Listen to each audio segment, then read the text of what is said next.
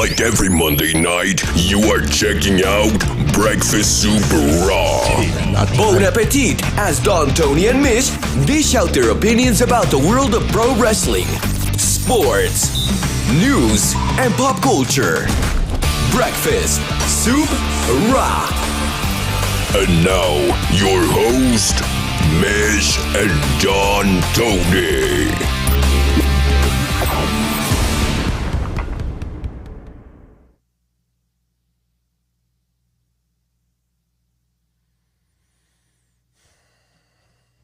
I hope he's all right. And if he is all right,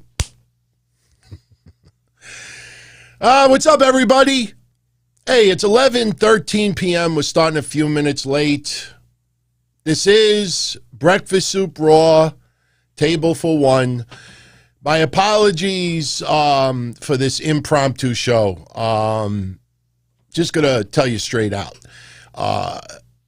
Mish, I don't know where he is. I checked my Facebook DMs, my emails, Twitter. No messages from him saying that he couldn't come on tonight. And for anyone out there that doesn't do, a show like this, understand that not only do I prepare the show, video for two, obviously, but all the setup, the pictures, the discussions, everything is set up for the screen that's for two. Not only that, mindset-wise, yeah, we're talking about Raw tonight, but the idea is to have some discussion, some debates, going back and forth about things. It's much different to prepare for a show where you're going to have somebody to bounce off of, that you only have to take this much notes, because I know Mish prepares and does his share as well. This is not like Mish to do something like this. And he's my brother, so I can't be mad for him. I'm actually concerned because this is something he doesn't do. Not trying to throw shade on anybody, but back in the day, this would happen quite often, and it rattles you a little bit because I know all of you are here to talk about Raw, to talk about the return of, you got to be kidding me. I don't have the picture of Eva Marie. See, this is what I mean. I had everything set up today to have a great discussion with Mish, and literally at 11:05, nowhere to be found. It's not easy to go from the mindset of having a two-person discussion to go solo with no notice. Not 5 minutes, 3 hours, 5 hours, literally a minute. So I hope he's okay. I really do. I mean, it's only one show. It's not the end of the world. No one is going to say, fuck this, I'm done with this show, I'm never going to come back. So we'll make the best of it. We'll make the best of it. Eva Marie makes her return tonight to Raw. And I got to be honest with you. I saw all the trending tweets. I saw they let go of Mickie James, but they bring back Eva Marie. They let go of Billie Kay and Peyton Royce, and they bring back Eva Marie. That sounds nice. This is just opinion. If you disagree with me, post it in the comment section after the show is over. I'd love to hear from you. I spent about 2 hours today getting back to everybody's comments for the last couple of days. Much love. Thank you for taking the time to do that. But, I know that these catchy tweets sound nice, and it trends, and it gets people 50 likes, 100 likes, it gets them attention. But let's break this down a little bit. Seriously, let's break this down a little bit. They let go of Mickie James, but they bring in Eva Marie. What Eva Marie does, as far as attention, she gets under everybody's skin. I guarantee there's going to be 1,000 podcasts tonight that all their thumbnails are going to be Eva Marie. The woman that they hate, but they got to plaster it everywhere because that gets them attention. That's why WWE has Eva Marie and doesn't have Mickie James right now. Let's break it down to Billie Kay. Billie Kay doesn't get under anybody's skin for the most part. What? Because she walks around with a resume in her hand? I mean, that went over like a wet fart. Eva Marie just leans on a car. And now they're doing this evolution. Instead of evolution. Well, guess what? Replace the U with an O and see how many goofs tonight are running for the evolution. The evolution.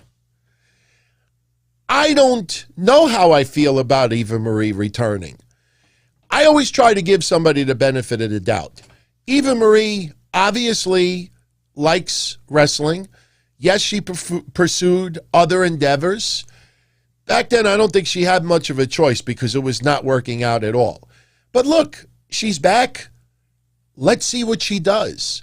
All right, but remember, this is World Wrestling Entertainment. You have people who wrestle phenomenal, pun intended, spur of the moment, pun intended. You have people who are characters that pretty much for the last 3 months just sits on a goddamn swing and has chocolate or black colored water going down her face, watercolor. All right? You think these are filmed every single week?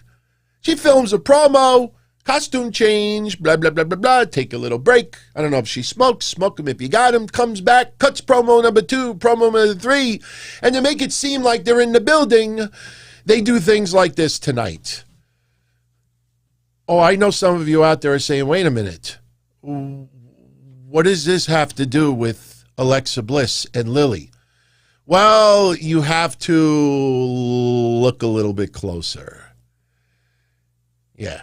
Just follow the nose. The nose always knows. Wasn't that a cereal commercial back then? You see Lily in the background? This is rehashed Bray Wyatt stuff. The puppets hanging around. You see the puppets. Look, they're all back there. They make little cameos when my fat body is not always in the camera. But that's the same thing. You remember when the puppets would appear once in a while? What happened? Alexa Bliss thought that the Fiend had her control. What's going to happen down the line? She going to drop Lily like she dropped the Fiend? It's recycled shit. That's what it is. It's recycled. But you look at Alexa Bliss. Alexa Bliss is going to return to the ring soon. But how many months has she just been swinging on a swing, making some uber creepy people online for some reason feeling creepy because they think she looks like a 12-year-old girl? I mean, you've seen some of those comments for some people. You have uneasy feelings like that. There's something underlying that we don't know about. That's her role. Everybody has a different role there. Eva Marie is not supposed to replace Peyton Royce. She is supposed to get under your skin. They may end up pairing her with Angel Garza, like we talked about a long time ago. So I know it sounds nice, the right to tweet, oh, they let go of Mickie James, but they bring back Eva Marie. Oh, the best one tonight, they let go of Samoa Joe, but they brought in Eva Marie. The fuck does that mean? They got 100 people on the show. Is Samoa Joe supposed to lay on a car? Probably put a dent in it. If I laid on a car, I would put a dent in it too. Every person is different. I hate when people do that because when you start breaking it down, it makes 0 sense whatsoever. 0 sense. By the way, shout out to everybody. And you know what? I want to give a shout out to, hold on, let's unpin this crap. Somebody joined today. Who's our new member? Somebody joined. I wanted to give him a shout out because he signed up. I could rewind. It takes 2 seconds. I'm sorry. Zach Culbreth. Zach. Oh, okay. We talked the other day. Zach, welcome to the family. Welcome to the family. And you know what? I want to give a shout out to AS7607. I hope you're feeling a little bit better. For the life of me, I don't know why your super chat is not. Oh, this is turning out to be a great freaking night, everybody, right? Yeah, I don't know why, but her super chat is not coming up either. Wow. So I almost want to turn it off for today. But AS7607, I could shout her out without posting it on the screen. She says, been a minute since she was on the chat, dealt with some personal things that led to a mental breakdown. Trust me, we all get to those spots that are not pleasant at all. Some of you out there, and I'm not going to make this about me, but, you know, a lot of you know that it appears that we finally found out what this pain is on my side, but it also revealed that I may have prostate cancer. Runs in my family. My PSA number skyrocketed in the last year. They don't know why. I go to a urologist next Friday, and we go from there. But my PSA is right at the same level of what my father was 20 years ago when he got it. So, you know, I'm glad that you're doing better. Believe me when I tell you, being around friends, around family, or even just getting your mind off of stuff and enjoying what makes you happy the most, believe me, that is so much therapy, especially with this COVID stuff. It makes it even more difficult. But anything that puts your mind to ease, I'm telling you this, for me sometimes, and I know you'll all agree with me, sometimes I just got to like scrub my floor or just clean like part of my house or just physically do something to get my mind to. I know some of you would just go to the gym, you know, so I'm glad that you're doing better. And again, you know, my apologies. I don't know why it's not showing up on the screen. So, you know, I know it'll show up on the chat with everybody, but just goes to figure. Yeah, actually, you know what? You know me. I'm always the type that never stops. Always pursues. So I am going to try to fix this right now because that's unacceptable. It's never acceptable for yours truly. Yeah, it's not coming up. I don't know why. But, well, anyway, we'll try it again later. So I know. It's one of those nights, man, everybody. I appreciate you hanging out. Anyway, like I said, I literally started this show and had no notice whatsoever that I was going solo. So I had to change the template, change the setup, and then clear my mind to do straight up solo show tonight. Mansoor. Okay. I might bore you for 2 minutes, but Mansoor, he made his Raw debut tonight. Okay. There he is. Adam Pearce. Oh, welcome to Raw. Oh, and I have something to say about Adam Pearce in a moment. Remember that little storyline that we said last week? The progression where Sonya Deville and Adam Pearce start having a little bit of clash, that Sonya Deville keeps pushing her own power. What happened tonight with the women's match at WrestleMania? Didn't we tell you last week? Didn't we tell you that she's going to keep overstepping her boundaries? And this is going to ultimately, as we talked about, the split. And especially if they do the draft, you put Sonya Deville, leave her on Raw if you have to. Or let Sonya Deville run the women's division and let Adam Pearce run the men's division. I don't know how you can have some friendly competition between the two, but, you know, you could see the seeds starting to be planted. But Mansoor tonight makes his Raw debut. I like Mansoor. Anybody that's been tuning into this show for a while knows I sing the praise for Mansoor. The guy really, truly loves wrestling and is really working his ass off. Really is. You know, but the early perception, you know, reminded me of the movie The Godfather. You remember the scene in The Godfather? And I'm sorry if anybody knows this analogy already, but you remember the scene in The Godfather, the old one, where Robert De Niro is working in like a produce store or a little grocery store, and then Don Fanucci. Remember Don Fanucci?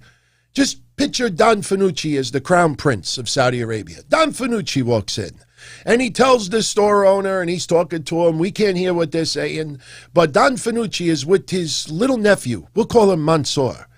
And Don Fanucci ends up telling the store clerk, you know, hire my nephew. So what happens? This is the early 1900s. We're in poverty. Everything is depression, Great Depression. And the store owner tells Robert De Niro, look, I'm sorry, but this is Don Fanucci, and unfortunately, I got to let you go. So I think he gives him like a pear or something. And then what happens? Robert De Niro later on blows Don Fanucci's brains out. Now, that's not going to happen with WWE. But the Crown Prince, hey, you know, Don Prince telling Vince McMahon. Vince McMahon's the grocery store owner. Look, I know you got, you know, your little Robert De Niro's working in the store, but I got my little nephew over here, Mansoor. You know, you give him an opportunity. You remember, you know, Cesaro selling for him like $1 trillion. Sheamus tonight, selling for him like $1 trillion. So, but Mansoor, at this point, honestly, I made that analogy a couple of years ago. At this point, I can honestly say Mansoor has won me over. That he is talented. Will he be a future champion? I don't know. But he's now on Raw. He took on Sheamus today. And when I said I was going to bore you for 2 minutes, it was not because of the Don Fanucci analogy. There's some incorrect information online. And I know it's not a big deal, but I'd rather inform you all. So if you want to have a nice little discussion with someone, or if you just want to screw with them a little bit, the big thing going around today is that, you know, Mansoor had a winning streak. We all knew he had a winning streak. Sheamus technically beat Mansoor today because Humberto Carrillo showed up, hit the ring, attacked Sheamus, causing the disqualification. So WWE immediately online, WWE on Fox, immediately starts circulating this, that Mansoor is now 49-1. His winning streak is 49-1. Well, truth of the matter is, Mansoor had a 50-win streak. And I know what you're all going to say, oh, Don Tony, it's only one win. But you see, tweet heading, getting some tweet head, some really good head on Twitter. It's more sexy to say, he was this close of getting win number 50, and Humberto Carrillo ruined it. You ruined it, damn it! So Mansoor had a 50-win streak. And forgive me if this bores you, but what I decided to do, fuck it. I'm going to give you Mansoor's 50 wins, and to show you that I am not incorrect on this. And again, it's more sexy to say he had the 50th in his grasp. Look, the streak. Here's the truth. The last time Mansoor lost a match was actually a battle royal in Tampa, Florida, which happened to be won by Omos. Okay, I know a lot of websites are saying that the last match Mansoor lost was against Dominik Dijakovic. One-on-one, yes. But Mansoor technically lost a battle royal. But I want to read you Mansoor's 50-win streak to show you not only like the 50 wins, but pretty impressive 50-win streak. And when you see it from the beginning, okay, it feels like a little bit of Don Fanucci because this does go back 2 years. Yeah, the 2+ year winning streak. So anyway, are we ready? Now, I could have had nice counters on the screen. If Mish was on with me, I would have Mish helping me with the counters. But here's Mansoor's 50 wins. Not 49, but 50. I'm not going to give you the locations, all right? But I'll just give you the day. September 20th, 2019 against Dexter Lumis. Defeated Cassius Ohno, September 27, 2000. Actually, you know what? I figured out how we could do this easier. This is all 2019. Dexter Lumis, September 20th. Cassius Ohno, September 27th. Cameron Grimes, September 29th. Cal Bloom, October 4th. Austin Theory, October 5th, 17th, and 18th. Arturo Ruas, October 24th. Crown Jewel. Remember that infamous match with Cesaro? Crown Jewel. I got to be careful with my fingers because I saw on the news that somebody, the way they put their fingers on Jeopardy, that's like racist, like white supremacy. Nothing here. I'm just counting numbers, okay? So we're at number 9 for Cesaro. Brian Kendrick, November 6th, 10. Chase Parker, November 9th. Austin Theory, November 13th. Teamed up with Raul Mendoza to beat Dorian Mack and Riddick Moss. Shane Thorne, November 27th. Austin Theory, December 6th. Teamed up with Isaiah Swerve Scott. They beat Steve Cutler and Wesley Blake. Beat Brandon Vink, Stinkin' Vink, December 2019. Defeated Dorian Mack, December 13, 2019, and beat Rinku Singh, December 14, 2019. So in 2019, he had 19. So we're at 19 right now. Just remember 19. So now we go to 2020. We're at 19. I'm funny, Team Gaming. Okay, 2020. Ready? Brandon Vink, January 8th. That's number 20. Dexter Loomis, January 10th. AR Fox, January 18th. Yes, they are including Evolve in their streak. AR Fox, January 18th. Arturo Ruas, February 12th. Dolph Ziggler, Super Showdown 2020, February 27th. Kurt Stallion, February 29th. Anthony Green, March 1st. Tahuti Miles, July 2nd and July 17th. Teamed up with Danny Burch and Oni Lorcan to beat Chase Parker, Matt Martell, and Tahuti Miles. That was July 21st. Colby Carino, September 4th. Ashante Adonis, September 25th. Brian Kendrick, October 21st. Chase Parker and Matt Martell lost to Mansoor and Brian Kendrick. We're at, what, 23? No, that's 33. November 4th, 2020, Ashante Adonis. December 23rd, Raul Mendoza. December 30th, Jake Atlas. So now we go to 2021. Chase Parker and Samir Singh, they lost to Ashante Adonis and Mansoor. Ashante Adonis, Kurt Stallion, Jake Atlas, and Mansoor beat Chase Parker, Matt Martell, Samir Singh, and Sunil Singh. Kurt Stallion and Mansoor defeated Chase Parker and Matt Martell. Drew Gulak lost to Mansoor March 1st. Kurt Stallion lost to Mansoor March 3rd, 2021. He teamed up with Ricochet to beat Akira Tozawa and Drew Gulak. March 10th, 2021, he teamed up with Mansoor to beat the Singh brothers. March 29th, he beat Angel Garza. March 31st, he beat August Gray. April 5th, he beat Drew Gulak.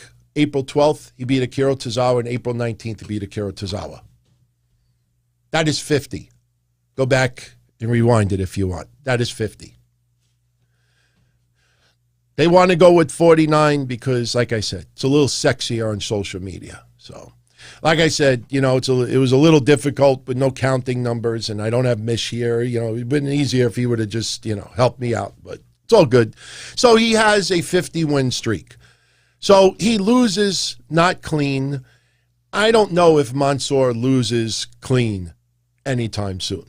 There is reports that WWE is going to return to Saudi Arabia possibly later this year. And, WWE still has this deal with Saudi Arabia, even though we're still in the middle of COVID.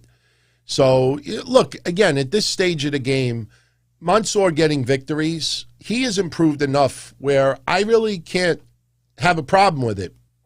I will tell you this. 205 Live, you could get away with it. Super Showdowns, you can understand it. Main event, nobody really has too many eyes on that. If you start giving this push to Mansoor on Raw in front of 3 million people, 200 million, whatever it is, and it feels forced, and it feels that they're pushing an agenda, the fans online are going to turn on Mansoor very quickly.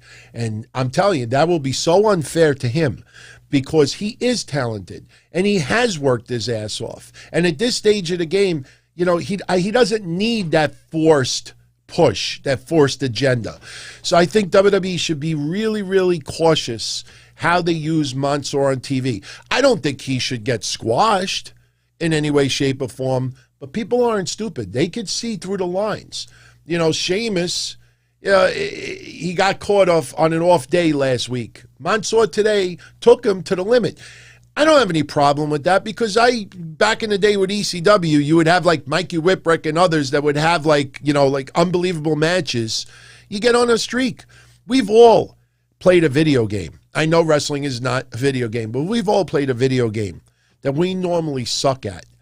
But one day, for some reason, you just nail it. You just go farther than you even remotely ever went before. I've always told this story. Back around 25 years ago, I dated this girl, and she was a pool player. And I shot pool for fun with my friends. I was never good. I just played pool, my friends. And she wanted me to be on her team. And I know some of you know this story already from Patreon. But what we would do is we would represent a bar. and the bar in my neighborhood, and you'd go to other local bars and you would play, 9-ball against the other, bar, and it was taken very, very seriously. And I always sucked. Always sucked. I was the worst person on the team. One day, I ran the table. If anybody knows what that means. Every ball that I hit every ball and got the 9. And I remember everybody hugging me. And this is a true story. Everybody's hugging me, and this other guy on my team, and he's like, yo, that was fucking awesome, this and that. And I go to the bar to get a drink. Drink was on the house. And the woman behind the bar, she's like, wow, that was great. I was like, yeah. I was like, I don't know where I got that from. And she says to me, she goes, yeah, I got to hand it to you. I don't think I would be able to, handle, this guy being on this team. And I was like, what are you talking about? And she realized that she fucked up. She thought that I knew something. I didn't know what she was talking about. And it ends up that the girl I was dating, one of the guys on our pool team was her ex-boyfriend. She never bothered to tell me that this guy that would always hang out with us and everything was her ex-boyfriend. I swear on God, I swear on my parents, that they're not doing well. I don't lie about shit like that. I took my pool stick, I cracked it over my knee, I threw it on the table, I walked out. I don't think I ever played pool ever again, other than my house. But we've all had that moment where you just kick ass. You're on the high school baseball team, or you're trying out and you suck. But just one day, it just comes all together. Bowling. There's so many days. Mansoor having the match with Sheamus, not a big deal. Do that 2, 3, 4, 5 times in a row, and it feels forced. You watch how the net turns on this guy. And again, it's not fair to Mansoor. It's not fair to Flair either. Ringside News, what is wrong with you? They actually reported today, Charlotte complains her way into the title match at WrestleMania Backlash. What happened to all these people's reports? The teeth. I shouldn't smile too much. My teeth aren't that great. What happened? Dental repair. So much these people know. Why do you think Charlotte last week smiled and made sure her teeth were open? She wanted everybody to see the teeth. She didn't complain her way onto this match. This is fucking WWE writing.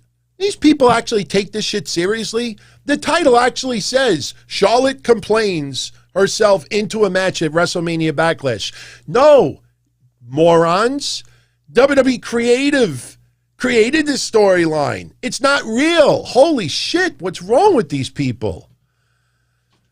And Tamina. Whenever I hear that name, I think of that song, Benita Applebaum. Remember that song? Instead of Benita, I think Tamina. Tamina is going to be a tag team champion. She is going to win that belt with Natty. And I am 100% behind it. And Tamina has a bigger fan base than I think WWE ever realized. And I know there's 1,000 belts and everybody gets a belt, and I'm not one of those where everybody gets a trophy or anything like that. But Tamina, at this point, her not having a title is terrible compared to people who have had numerous title runs over their career. Trust me, believe me when I tell you, the moment Tamina wins a tag championship, and she should be the one getting the pin, you're going to see tears in her eyes. And it is going to be 100% legit.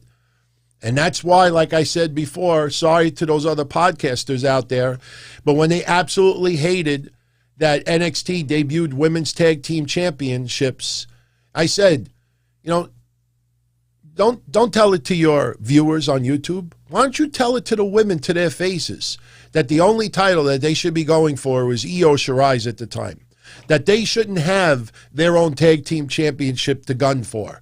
It's only Io Shirai's belt or nothing. Tell it to them. Yes, wrestling has way too many belts. But now, since there's too many belts, now you got to be a little bit even playing field with people.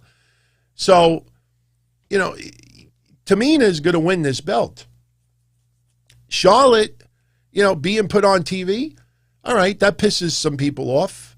WWE isn't stupid. They're playing on people's emotions. What does Tamina say in an interview, I think on the Bump over the weekend? Tamina says that Charlotte is what Roman Reigns used to be. How WWE, remember the whole narrative with Roman Reigns? For 4 or 5 years, majority of people out there could not stand Roman Reigns. Not necessarily him personally, but WWE forcing him on all of us. That's a distant memory now. But Tamina compares Charlotte to what Roman Reigns used to be. That's all Tamina needed to do. Tamina just gained a crazy amount new followers and fans. Disrespect the toxic person that everybody wants to tweet fuck and speak out about. That's it. She's made woman now.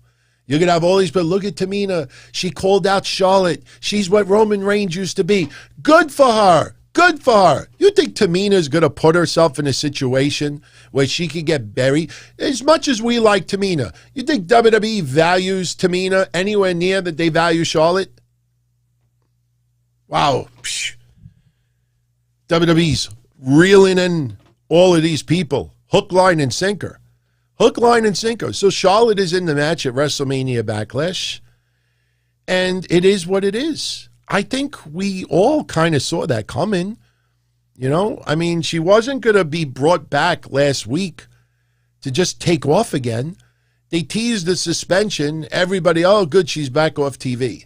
That lasted 6 days.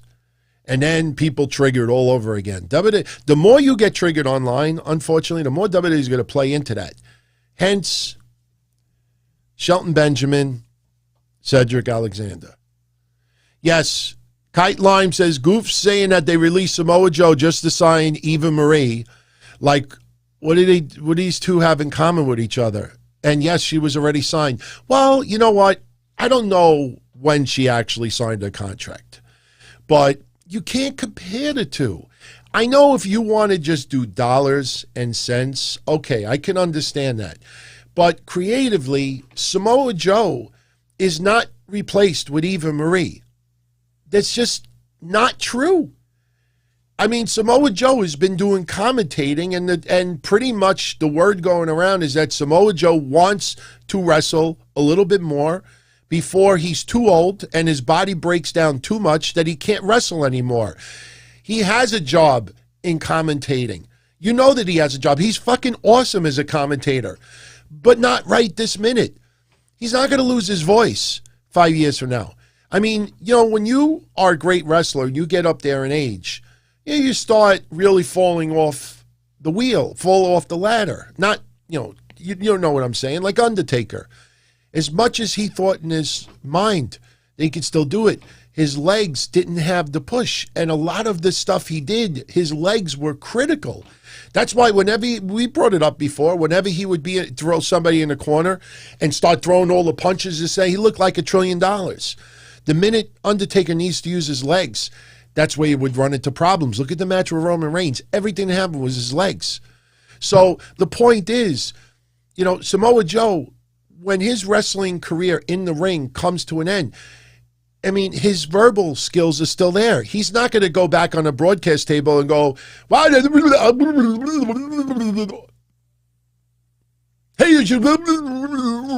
he's going to be fine. He's going to be fine. But WWE does not have any creative view of what Samoa Joe could do outside of commentating. That's just a fact. We don't like it. We're disappointed that WWE couldn't figure out how can we have Samoa. I would have loved to seen him back in NXT. I brought that up before. In fact, I'm hoping WWE has second thoughts and puts Keith Lee back in NXT. Seriously, I'm not kidding. I think Keith Lee returning to NXT is better. You got so many big men on Raw right now. I don't think Keith Lee is needed.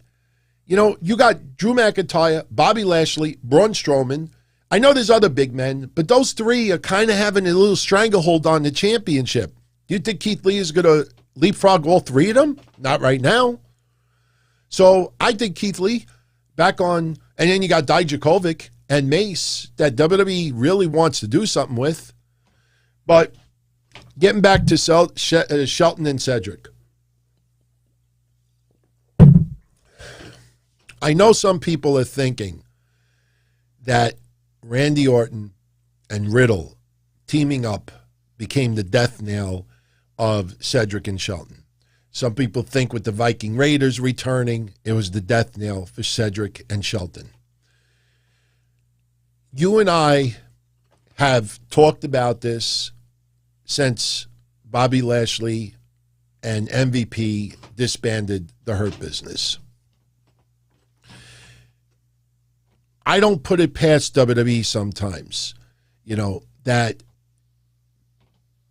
social media wants to verbally, in unison complain about the treatment of Shelton and Cedric. They are going to throw their strong arm around. All right, because let's be honest. You have someone who is a veteran that starts losing matches repeatedly. They're usually trying to help elevate the young stars of tomorrow. Cedric Alexander, when he said today he's in the prime of his career, yeah, that is 100% true. Who do you feel that Shelton Benjamin has helped elevate in the last 2 months or 6 weeks? It's got to be about 2 months now of this awful treatment of Cedric and Shelton. Anybody that follows my show for numerous years remembers back in the day when I absolutely used to criticize Cedric Alexander. I did spoofs of his theme song. You remember, every time. And I even said a couple of months ago, I never in a million years ever thought that he would fit so nicely in the Hurt Business. Cedric won me over. He took chicken shit, turned it into chicken salad. Shelton Benjamin has been around for almost 20 years.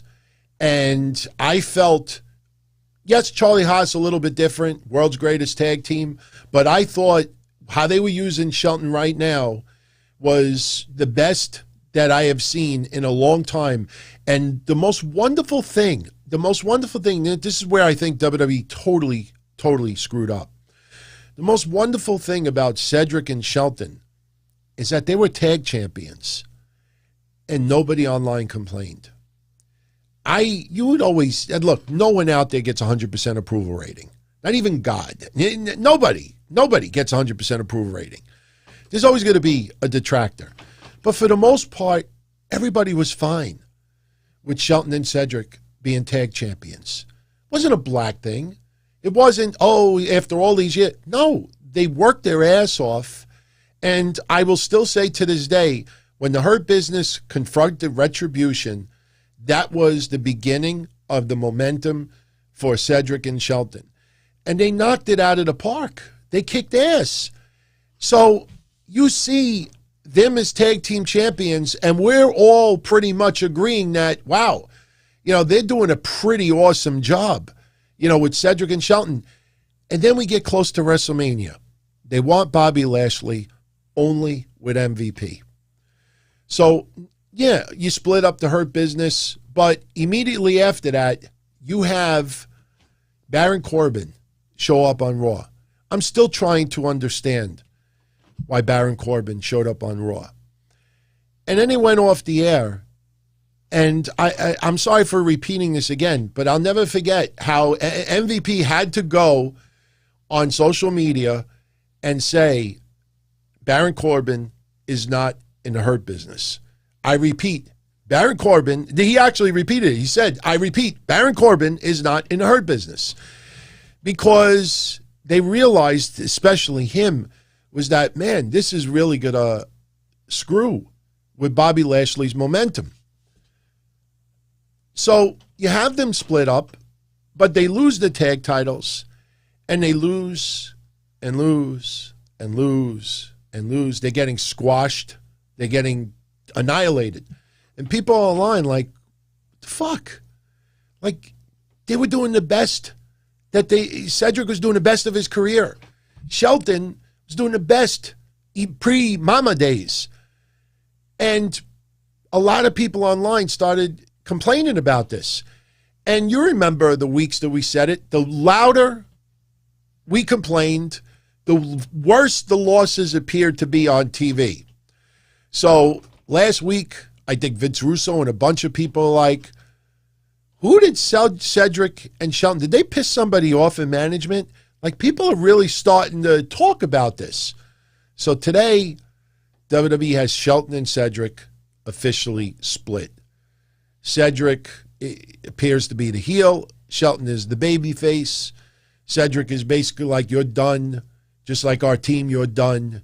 You're way past your prime. All you do is lose and blah, blah, blah, blah, blah.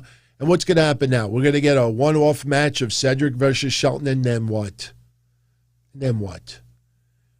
What was the only answer I could give you all is that something must be coming up in the contract for Shelton Benjamin.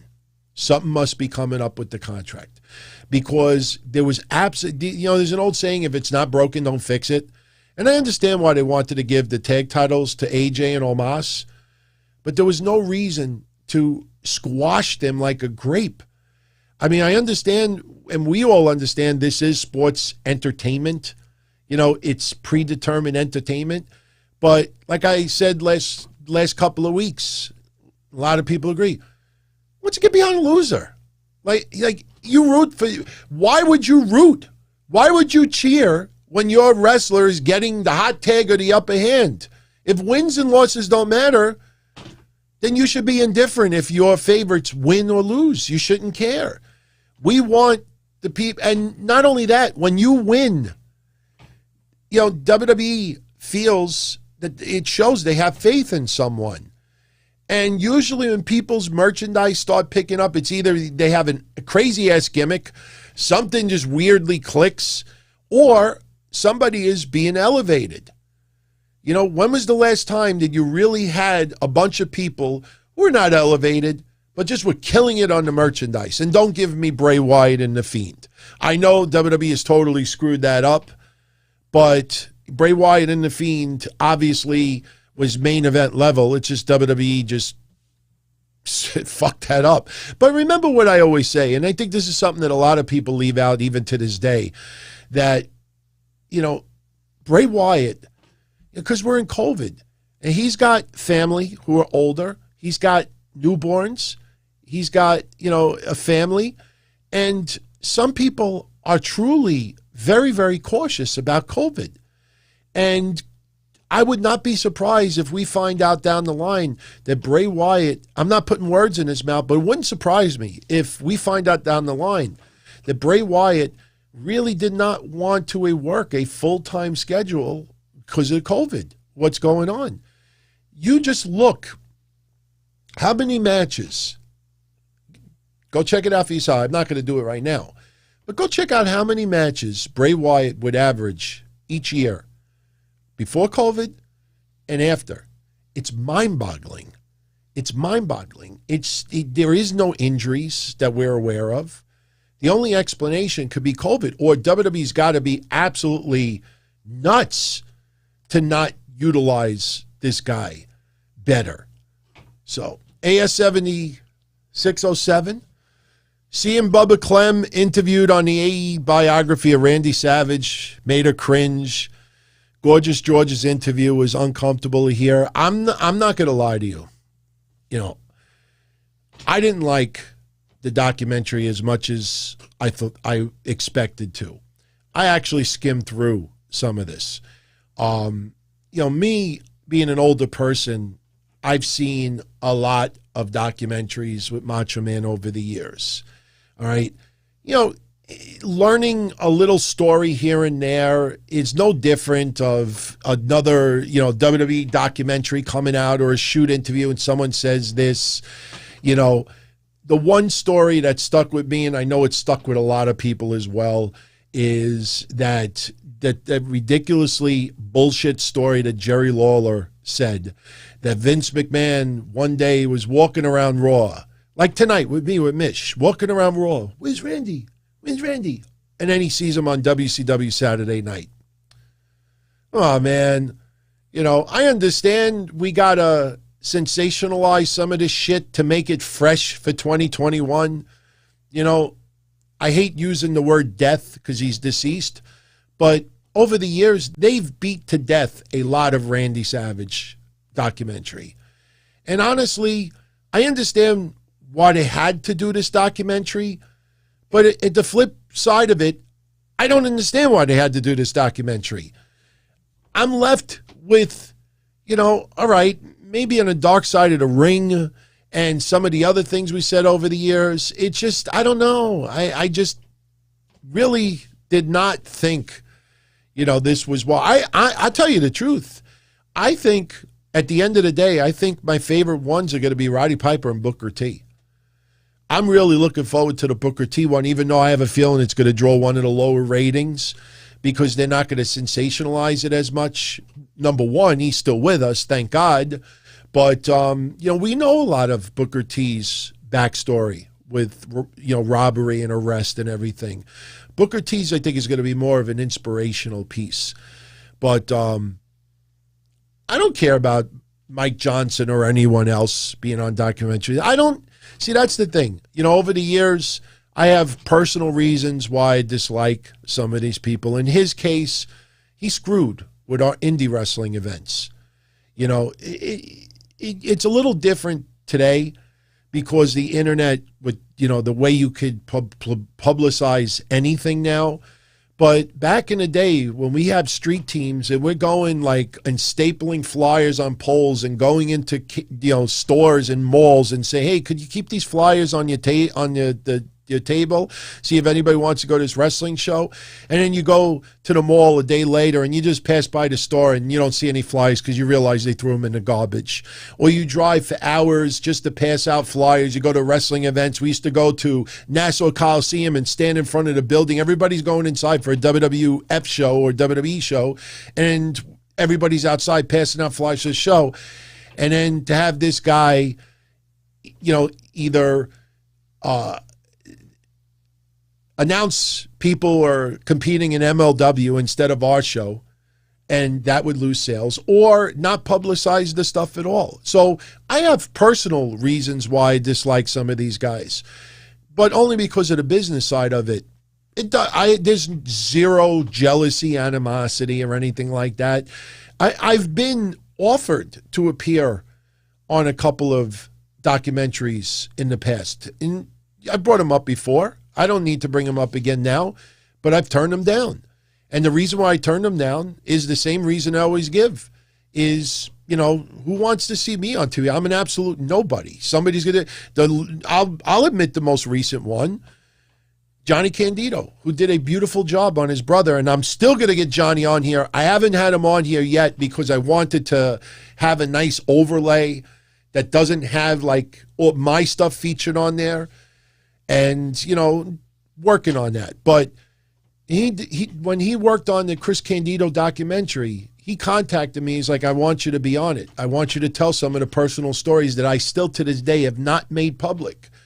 And I said, I'd love to be on it. I said, but I just don't think it's right. And he's like, why not? I said, because you could have all these famous ECW people on video, and then you're going to look at me. And I could take the bullshit online. I don't care about that, but it's going to look so out of place. It just, So I have no problem that Mike Johnson was on it. But the Macho Man documentary, I was just left, I don't know. Especially how they focused on Miss Elizabeth. Her death is obviously tragic. One of the most tragic and sad stories. I covered it on my hotlines. And I still have audio of me covering it. I still have the police reports. I still have the 911 call stored away because it was a big deal. If anybody goes on that Wayback Machine website, you know what that is? Just search. I don't remember the exact death date of Elizabeth's passing. But if you go back to Wayback Machine and go about 2 weeks, a week or two after her passing, you look up my website and see everything that was covered on there. But this is how I look at it. On TV, we always associated Macho Man with Miss Elizabeth. But the thing is that they were split up for a long time. And she went on and dated other people, obviously Lex Luger, the most infamous one.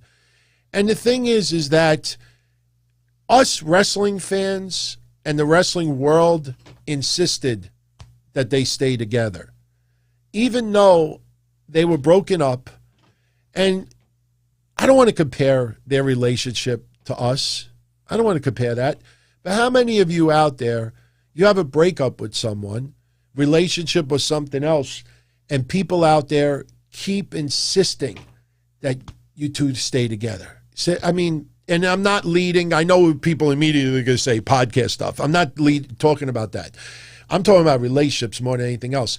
Imagine how awkward that is. Not only for the couple who are no longer together, but what about the new person that Miss Elizabeth is dating? Because she dated other people besides Lex Luger. May 1st, 2003. Thank you, Psycho, for that. But you go back and you look at that, and again, they insisted that they're together. And I know in WCW, it was a little bit forced, but it was more faction than anything else. But the point is, to go on this documentary and to shove Miss Elizabeth in the way they did, I don't blame Randy Savage's widow for not appearing. I mean, I don't know how much she knew about what was being filmed, and maybe she would have turned down the appearance anyway, but still, you know, I mean, they were split. Just look up when they split up, and then you realize how many years went by and they were split up, and the wrestling world refuses to let two people be themselves and go their separate ways. No, it always had to be Adam and Eve. It always had to be Luke and Laura. I'm sorry for, going really old, but people always did. And that documentary did the very same thing. I don't know. I wasn't too thrilled about a lot of this documentary, but, it is what it is. Yeah, I know Dark Side of the Ring did the same thing because, again, I hate to say it like this, but that's saying in the news. If it bleeds, it leads. Again, if Raw sucks so bad, and yes, Raw had its bad moments today. I didn't even bring up one or two things that pissed me off tonight, but it does have good moments as well. There was a bunch of things I liked about Raw tonight. But if people out there despise the show that much, just think about that for a minute. Despise the show to the point that Raw hasn't even aired yet, and their thumbnail and their titles are already ripping apart the show. Now, yesterday, as a little joke, I wrote Raw as Groundhog Day because all the matches that were being told to me were like, this is the same shit again. And next week, I think Corey Graves legitimately laughed after Raw went off the air. Blockbuster, epic, unbelievable main event next week. Bobby Lashley versus Drew McIntyre. I know they have amazing chemistry, but it's like fucking Groundhog Day. Over and over and over and over. Now, Braun will get involved next week, and they'll go off the air beating each other up, and it's Sunday, tune in Sunday. You know exactly where this is going. But the thing is, if it's that terrible, why do people still do podcasts and cover it and just blow it and spread it like wildfire? Because they understand bitching, complaining, ripping, negative, that draws numbers. You look at news now, Trump, they can't talk about Trump that much anymore. So now the world is racist. And there is a lot of racism. I'm not discounting that, but they got to find something to attach to keep bringing in. That's what happens. So Dark Side of the Ring does it. It's easier. It's easier to shit on things than to compliment. Complimenting is boring. I think we've all kind of proved that over the years. You post something nice online, and 95% of everyone will just look the other way. Oh, he's just rubbing it in. He's just rubbing it in. You post something negative, I'm there with you. I'm there with you. So, Anyway, Adnan Virk. Yes, the cap is off. Adnan Virk. He said something to me today. Chris, remind me in 5 minutes. He said something to me today. Not to me, but to WWE Universe. I'm trying to give Mr. Virk a chance. I'm not feeling it. Every time, and Pat McAfee's only been on twice or 3 times. Every time I hear Pat McAfee, and it's only a 2-man team, I say to myself, why is Adnan Virk have to be on this show? Why? Because they want some MLB notoriety? Is that why they have the Sports Illustrated person doing the interview on NXT? Because we can't just have, Mackenzie Mitchell into it. No, we have to have a Sports Illustrated, make it feel more. They ain't fucking doing nothing with the ratings. This guy, Omos, and AJ Styles, they opened up Raw today. I still love how the net was extremely silent about Omos' disappearance. But they show up today. They have the tag title match with the New Day. Omos obviously is a work in progress. He's got crazy-ass strength. I love his, it's like picking him up almost like a choke slam, powerbomb. To me, that's my favorite move in Omos. But when he does like the backbreaker, if that was a chair, I swear to God, if that was a chair, it would be like this.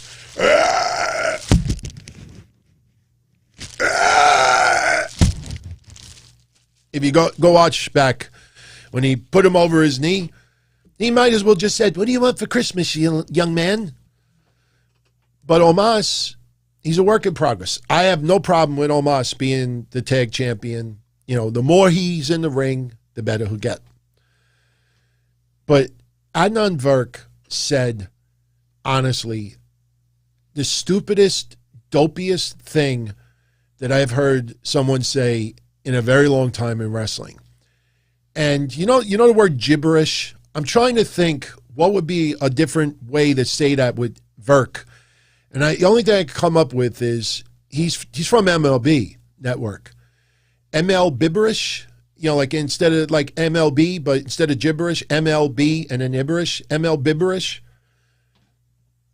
They wanted to use a real sports guy. Well, nights like tonight, I hope Vince McMahon I hope he's going to puke. He's going to puke. I hope Vince McMahon threw up all over his Depends tonight. Virk actually asked Corey Graves, and I wrote it down word for word. Mr. Virk asks Corey Graves, where does Omos rank amongst the great champions we've seen? Let me repeat that. Where does Omos rank amongst the great champions we've seen? These motherfuckers have one match. That's what you say on the MLB Network. Where do you rank David Wright amongst third basemen of our generation? Where do you rank Albert Pujols? That just shows you want a real sports guy? Good. Keep asking dopey questions like that. Where would you rank Nicholas? I know he's new, but how do you say something like that? That's an MLB crap. When you rank like people like, where do you rank them amongst, that other guy that's on the top 10 of today? Where do you rank? Omos? Where do you rank him amongst the great champions that we've seen? He's got to go, man. I agree, Austin. Let's stop with the smoke and mirrors stuff. This guy, I listened to his interview on Bubba in the Morning. I don't remember the name of the show. He came across really likable, smooth. I'll tell you the truth. I think the problem with Virk is the voice in his headpiece. When he does commentary on MLB Network, on sports radio, and with other sports that he doesn't have scripted things to say. He could fly and just talk however he wants. It flows out. There's nobody in his ear they're going to say, make sure you bring up this. You forgot to bring up this. Make sure you don't. And this guy, it's so forced. And now, with these little phrases like, excuse me while I hit this guy. What do you call him? Smiles AJ Styles today? Smiley AJ Styles. That cannot be Vince McMahon, because I don't remember Vince McMahon ever saying to Michael Cole, Corey Graves, Tom Phillips, Byron Saxton, call AJ Smiley AJ Styles. This guy is not fitting in. And don't give me, well, everybody at first doesn't fit. This guy is not cut out for this. Have a tryout, have 2, have 3, have a tryout. That's fine. Have a couple of tryouts. But on a week in and week out basis, there was a point tonight. Go back and watch it. I will never do a show again if I'm exaggerating this. Bobby Lashley is fighting Braun Strowman in the main event. And Drew McIntyre shows up. Braun Strowman a little distracted. Bobby Lashley cheap shots Braun Strowman. If you would have told me that somebody slipped a sleeping pill in Verk's drink tonight and he was a little woozy or drowsy, the lack of energy 2 weeks ago, that's disgusting. That's disgraceful. How could somebody do something like that? And today's like, Bobby Lashley with the attack. It's like, oh my God, I'm getting classic David Otunga vibes again. He deserves the chicken. Somebody gave me this. When people really bitch online, if I could do the triggered, or I could just play the squeeze the chicken. Adnan Verk's got to go. I'm sorry. It's just not going to work. I mean, does anybody think like he's just going to one day wake up, take the right combination of vitamins and Red Bull and coffee, and he's going to watch WrestleMania 3 and Savage and Steamboat over and over again? He's going to binge watch Joey Styles. Oh my God! And then suddenly it's going to click. I just don't see it happening. I just don't see it happening. He's trying extremely hard. He sounds like a sports commentator. He doesn't sound like a play-by-play guy. And you don't have to know every move to be a play-by-play guy. But when you ask questions, where does Omos fit in amongst the great champions we've seen? That is a generic sentence that you would use for any sports player who's been on a little bit of momentum. The motherfuckers have one match, and that guy out, seriously. Out! To quote Ralph Cramden, out! It's unpersonal with the guy. Like I said, if you listen to him and you watch him on other sports outlets, you're going to be like, holy shit, this guy's good. He's really good. I think the stuff in the ear, seriously, it's not easy. I mean, Taz used to talk about that a lot back in the day. I mean, that's not easy to do. And to just go in there, I mean, he's trying. I just don't think it's working out. So, anyway. So, Omos, AJ Styles beat the New Day. Again, Omos is a work in progress. New Day overselling for him, expected, but, in the end, they're still the tag champs. I don't know going into WrestleMania Backlash if they're even going to have a match. Doesn't feel like it right now. Maybe that changes. I don't know if I want to see them versus New Day for a third time. By the way, I did get a kick out of this. I did take the picture of this. I liked a little bit of Mortal Kombat tribute by Xavier Woods. I don't know if you all caught that earlier today, but it was nice to see that. So I like their creativeness with their attire. Absolutely enjoy that. So, Charlotte versus Dana Brooke. I'm sorry, man. Dana Brooke, Charlotte is like, you're still my bitch. What'd you say? You still my bitch. Slap. What's the first move that Dana Brooke goes? She runs to the other side of the rope and does flips. She thinks she's Tajiri doing the flip against the rope. Somebody calls me my bitch, you're still my bitch, and smacks me. I fucking, in storyline, throw them to the ground and just start punching and slapping and nonstop. No, she runs the rope and flips upside down. Horrendous. And then the best part is this match goes on for like 5-6 minutes. And I'm saying to myself, okay, we got Adnan Verk talking dopey shit, and then we get the Dana Brooke stuff. And then before the Dana Brooke stuff, we get the promo for Eva Marie that we talked about earlier. So I'm like, okay, this Raw kind of opened up rather shitty between Verk's dumb remark and Eva Marie coming back, which I have an open mind. Again, I'm not shitting on her at all.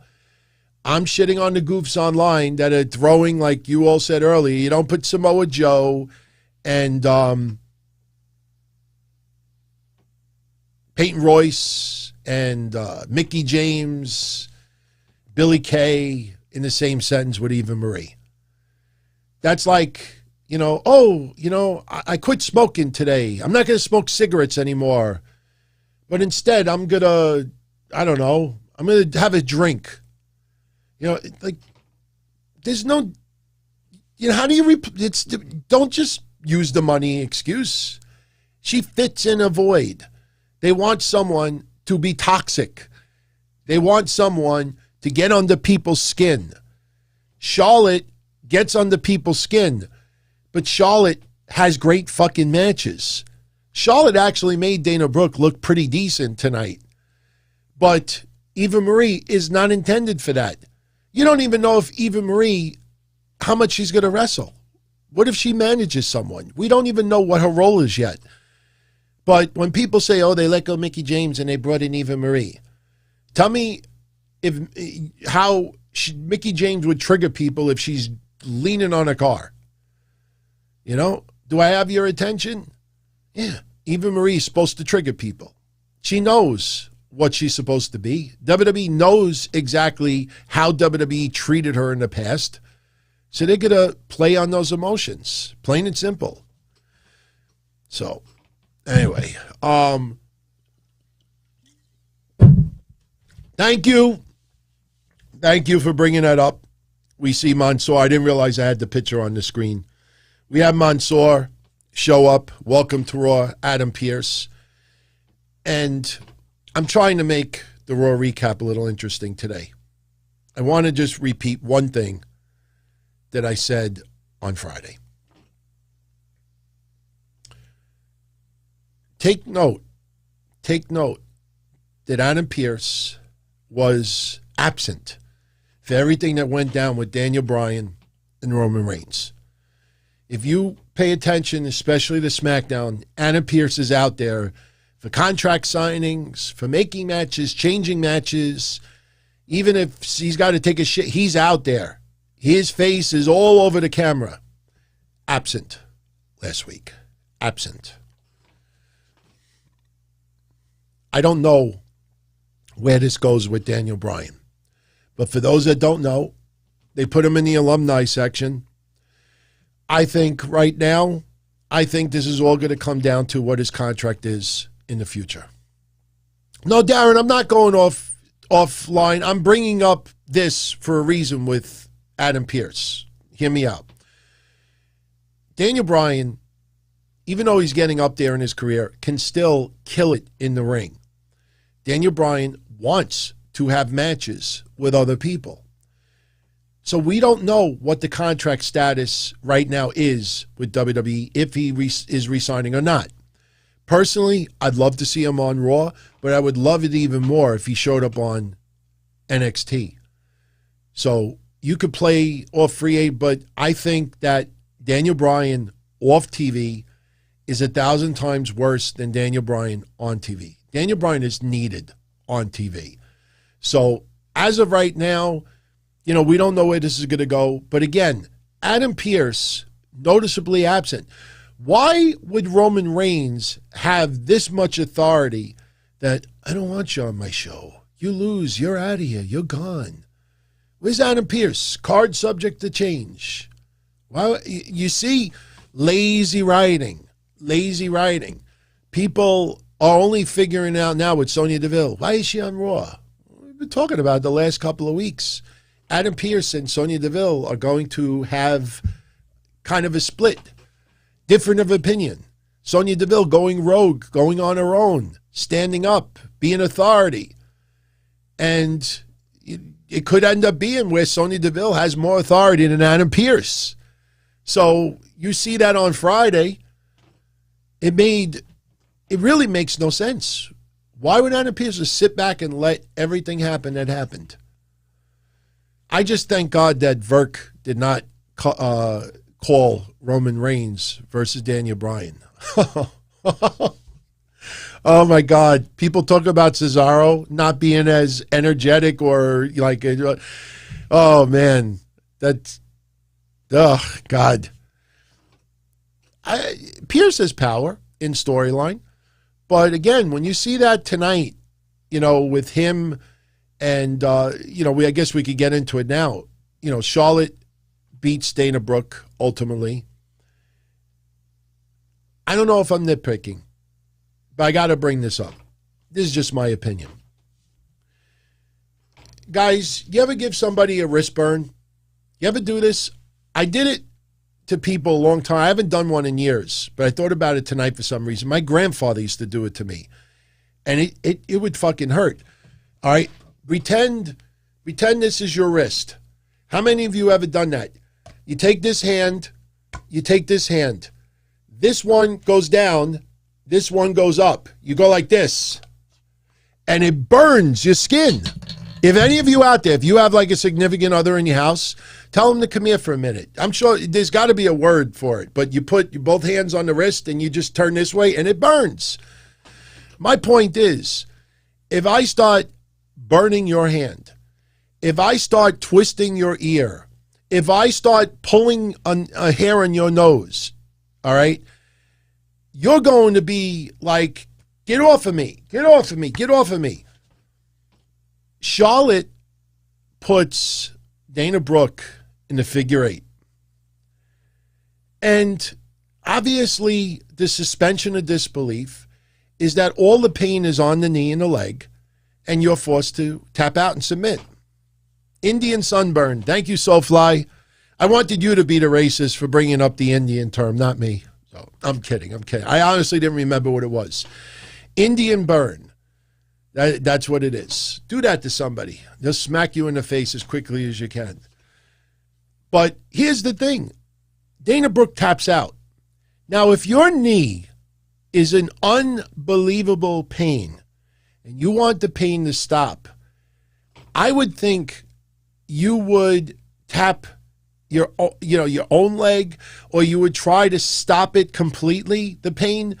She's just tapping Charlotte's leg.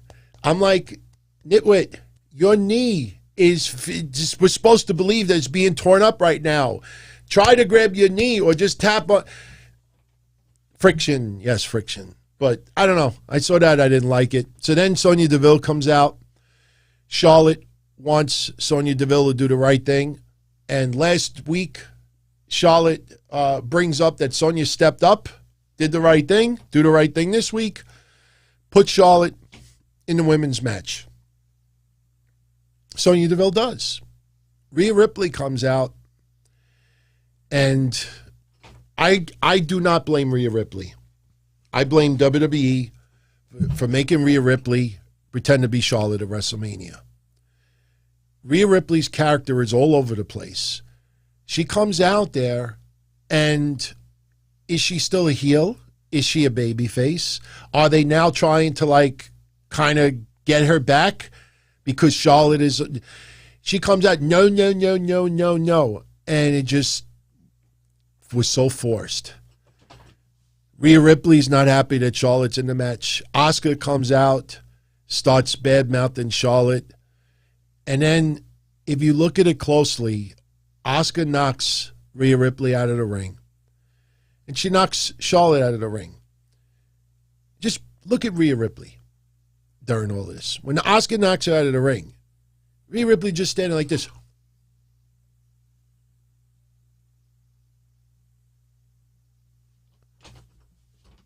like everybody forget to try to like get revenge on Asuka, who just nailed you? Looked like a goldfish standing in a corner. It just looked horrendous.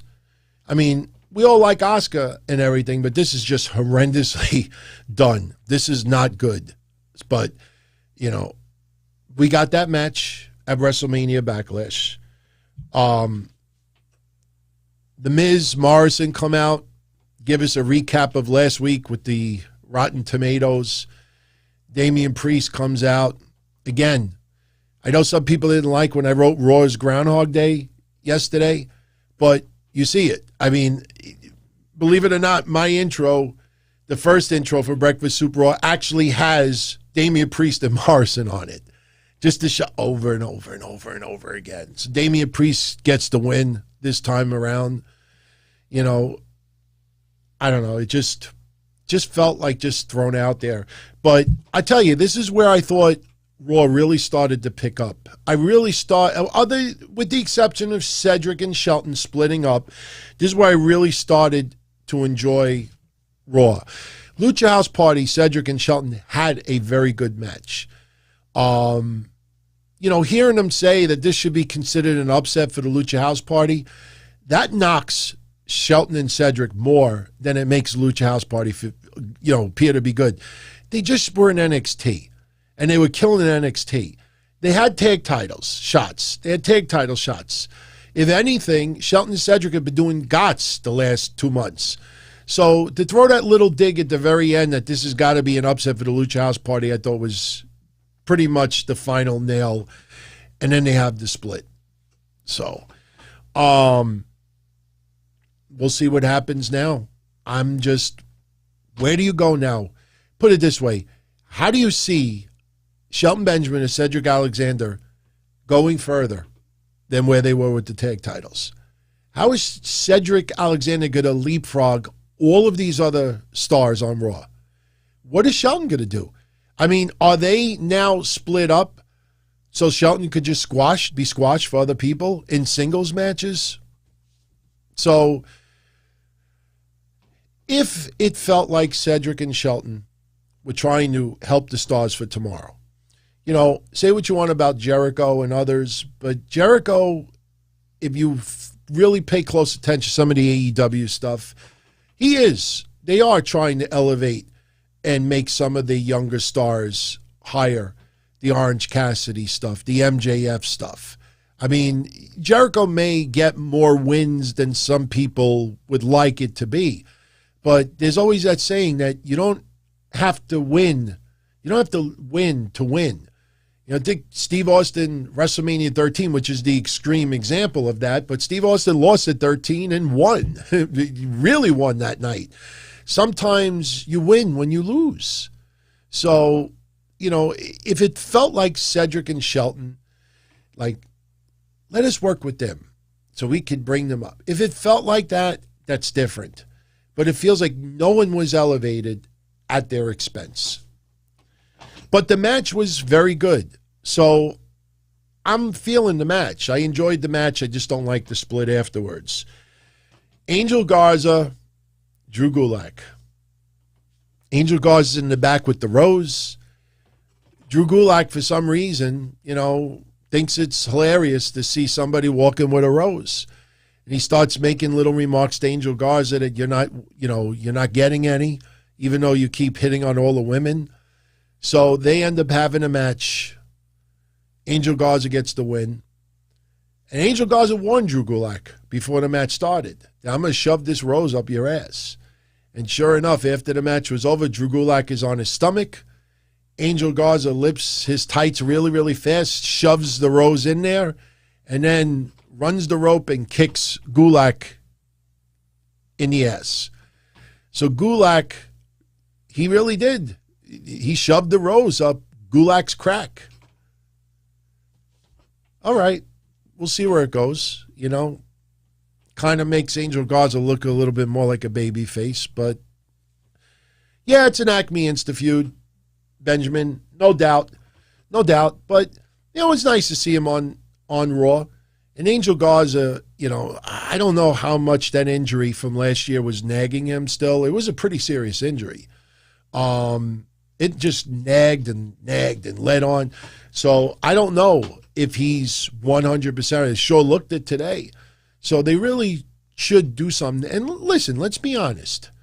Mansoor, Angel Garza, who else? Mansoor, Angel Garza, Humberto Carrillo. These are three younger guys that have really had a difficult time. Well, Mansoor really hasn't. He's just been developing. But, these are three new faces.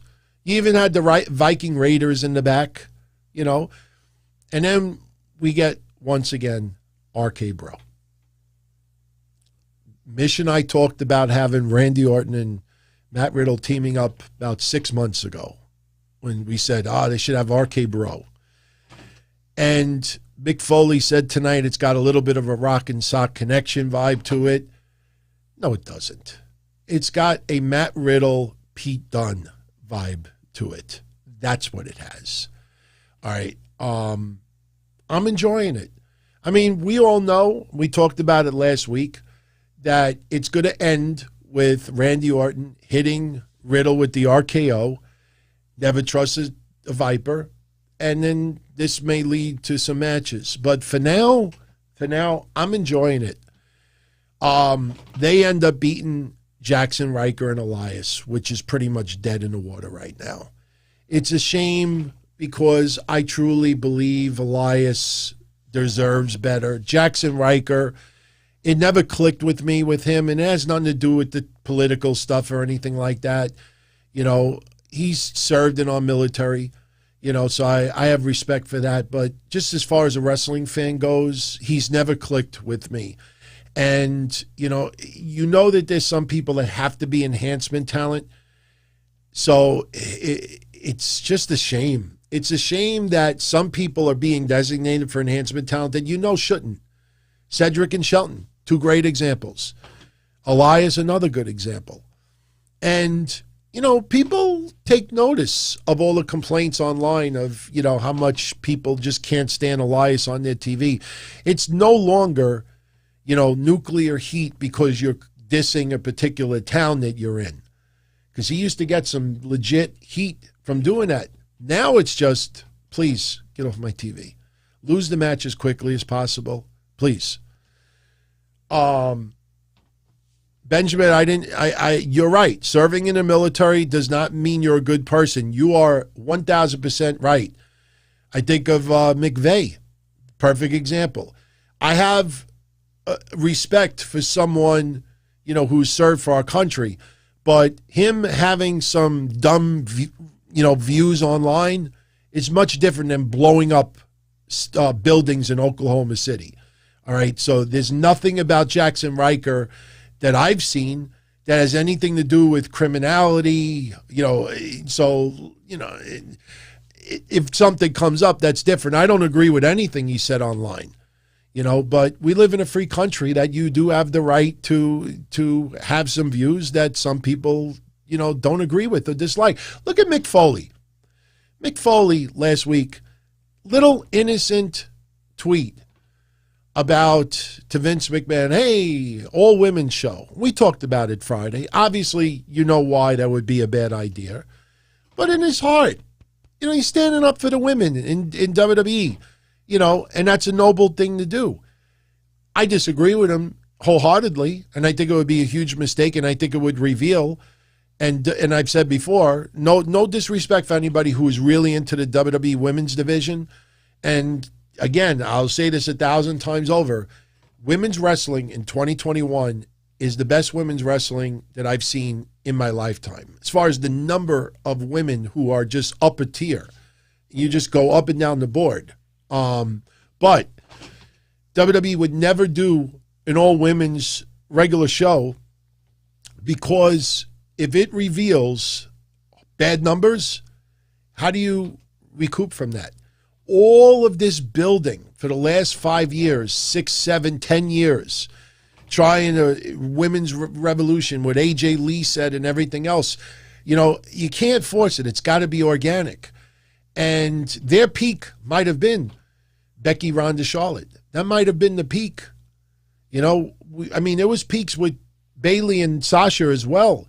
But the point is, you do an all-women's show and it draws flies. That's a disaster for all of the pushing for women's wrestling. So it's better to have that unknown and blend it in. You give a little bit of something for everyone. So that's why I think you keep the shows together. But Mick Foley expressed an opinion, and people just went to town on this guy. And I'm like, you know what's the sad thing about it? Yeah, Mr. Mike, maybe Mick Foley was looking for a little Twitter head. Very possible. Very possible. But Mick Foley has been one of the staunchest supporters for women's wrestling. Big time. And I don't think Mick Foley needs Twitter head. He's got a great family and a wife, and he does it because he really supports the women's division. But here's the thing that really bothers me about it, is there are people out there who will just go to town ripping on this guy for his opinion. The minute you rip on them for their opinion, that's it. It's the end of the world. Triggered, you will get cursed out, you will be lambasted, they will talk about you nonstop. It's okay for you to rip apart Mick Foley, but when someone criticizes your own comment, now it's the end of the world. So anyway, we get Randy Orton and Matt Riddle, Team RK Bro. They beat Elias and Jaxson Ryker. I like the pairing. I would love to see it go for several months. I just don't know if WWE would allow it to. I truly think if they could come up with some creative merchandise, I'd like to see Riddle. I was talking to somebody early in the week about it. Someone brought up a great idea, and we were talking about it. Riddle should bring out a scooter for Randy Orton. I mean, Randy Orton obviously would not use it, but it'd be interesting if Riddle came out and said, "Bro, I got you a scooter." Or they debut some type of merchandise. There's got to be somebody in the graphics department trying to come up with an RK Bro. I mean, I would buy one. I think a lot of you out there would buy one too. So, Sheamus and Mansoor, as we talked about at the beginning of the show, Mansoor looked great in there. A lot more offense than we would have expected against Sheamus. In the end, Alberto Carrillo hits the ring because earlier in the night, Sheamus attacks Carrillo. Carrillo being interviewed, and he was basically talking about he deserves to be there. Kayla Braxton interviewing him. And like I said, Alberto Carrillo with those dimples, trust me, I think the women melt for that. But Braxton runs out of the way. Sheamus attacks Carrillo, and Sheamus thinks that Carrillo will be in no condition to take on Sheamus this week. So later on, Carrillo gets a little revenge. He hits the ring, causes the DQ finish. Mansoor loses. But he doesn't get pinned. So Mansoor, despite being 50-1, now let's just make this clear also. Mansoor was not undefeated in WWE. Mansoor, it's portrayed that he was given nothing but wins. But Mansoor, when he first came into WWE, lost a lot of matches. So his record, even though he was 50-0 before tonight, the last 50, his win-loss record might be close to 500, believe it or not. But I like Mansoor. Showed a lot of promise. Maybe we get Mansoor versus Carrillo next week, which I think would be a lot of fun. And maybe Sheamus shows up and just lays them both out. Would you, chat room, yes or no, would you be into Mansoor versus Carrillo versus Sheamus at WrestleMania Backlash? I'm a little curious. Just type Y or N or yes or no. I'm just very curious to see how you all, because the more I think about it, I think it would be interesting. Something different. I mean, we always keep saying that we would like to have something a little bit different. But again, It's like an 8-second delay, so that's why we're not getting answers right away. But again, they got to be very careful with Mansoor, because if his push feels forced across numerous matches, social media is going to turn on him. So, all right, yeah, we got a couple of no's, a couple of yeses. Pre-show match, Mike New York, I like that idea. Pre-show match, I would be fine with a pre-show match. Or, what about this? No, Mansoor's not 51. He's 50-1 in his last 51 matches. He's 51. Here's another idea. What about Humberto Carrillo versus Mansoor, and just for the winner gets a match against Sheamus? What if they fought next week? The winner gets a match against Sheamus. I kind of like that idea a little bit more. I don't know if I would want to see one of them versus Sheamus at the pay-per-view, but I'd be fine with that. It's a little different. So Sheamus wins by DQ.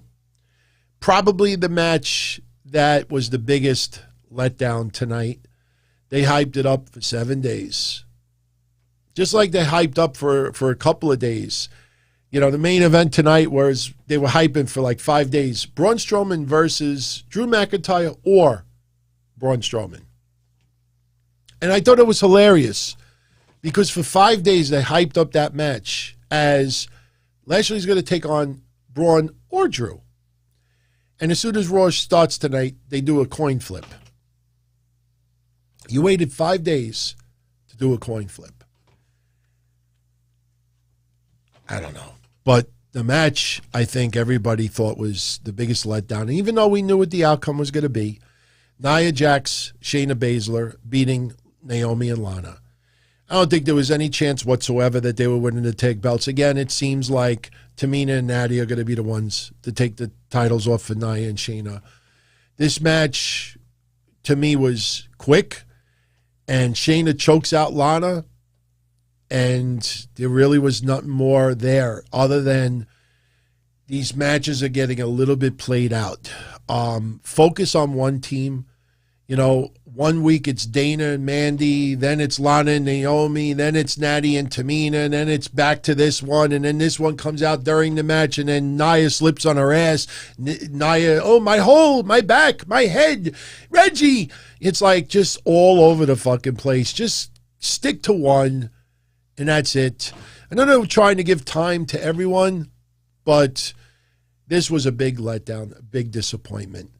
You know, I'm sure Lana is appreciative of the opportunity nonetheless, but this just felt like absolute filler, without a doubt. Then the main event, we had Bobby Lashley versus Braun Strowman. I'm not going to lie to you. I expected T-Bar and Mace to get involved in some capacity. I know it's only 1 week, but the fact that T-Bar and Mace suddenly doesn't give a shit about Braun Strowman or Drew McIntyre, I think is stupid. I don't think they should have been involved in this storyline from the beginning. I mean, they lost their fucking masks because of these two guys. They had matches against them last week. They had matches the week before. And now these guys are going to town, the main event, and T-Bar and Mace are nowhere to be found. Charlie, you're really asking why do people say they're filler matches? Because they're out there just to eat up time, to fill time. That's why people say that. But I tell you, and if I remember correctly, didn't Drew McIntyre actually call T-Bar Teabag earlier?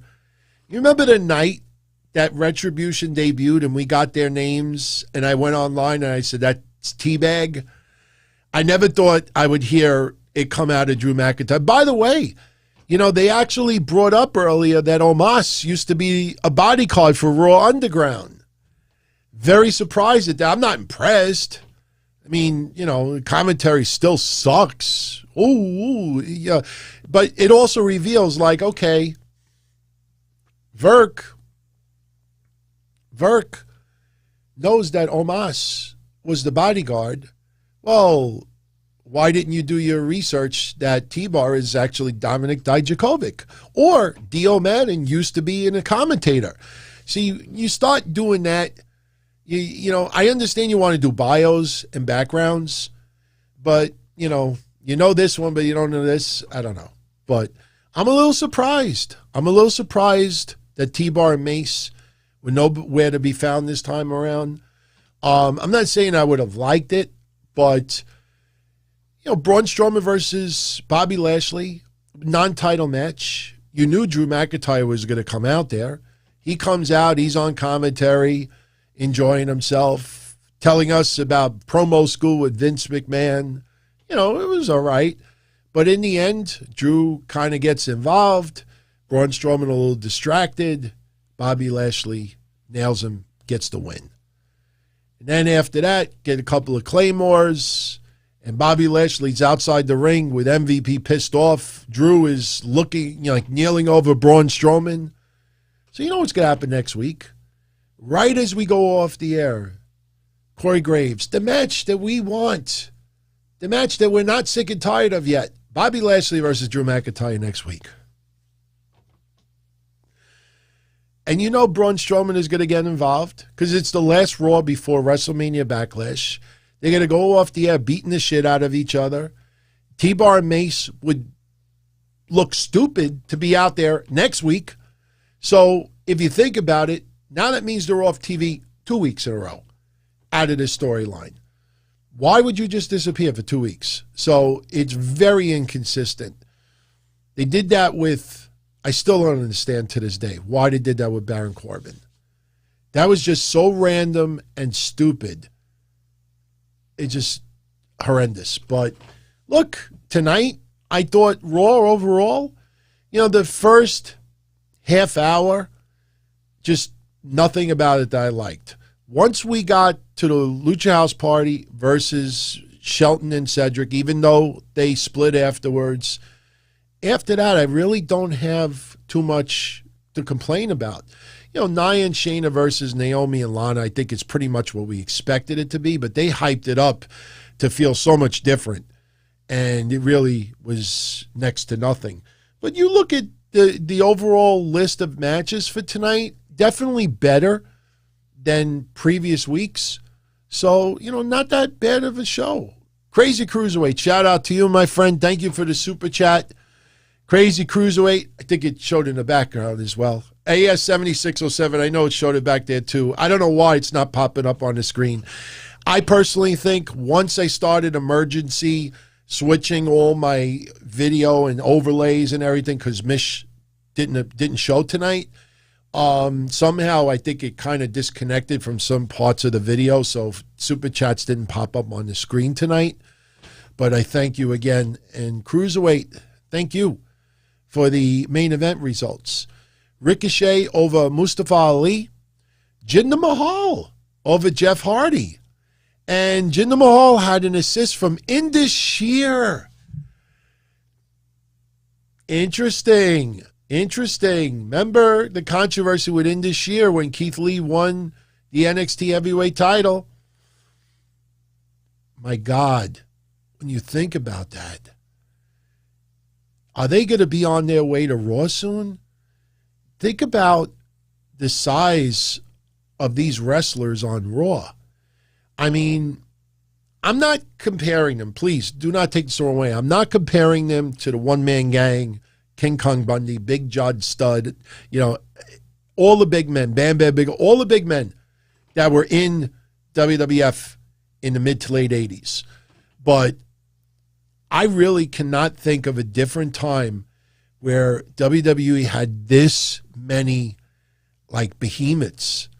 I mean, there were times where you had a lot of guys over 300 pounds, but when you start actually looking at this, and we just had Commander Aziz Dabakato make his debut, you know, on SmackDown technically, and you have Omos now in the ring doing a little bit, and you got the Viking Raiders back, and you got Otis, and you got Lashley and McIntyre. I mean, it just goes on and on and on. We could probably come up with about 25.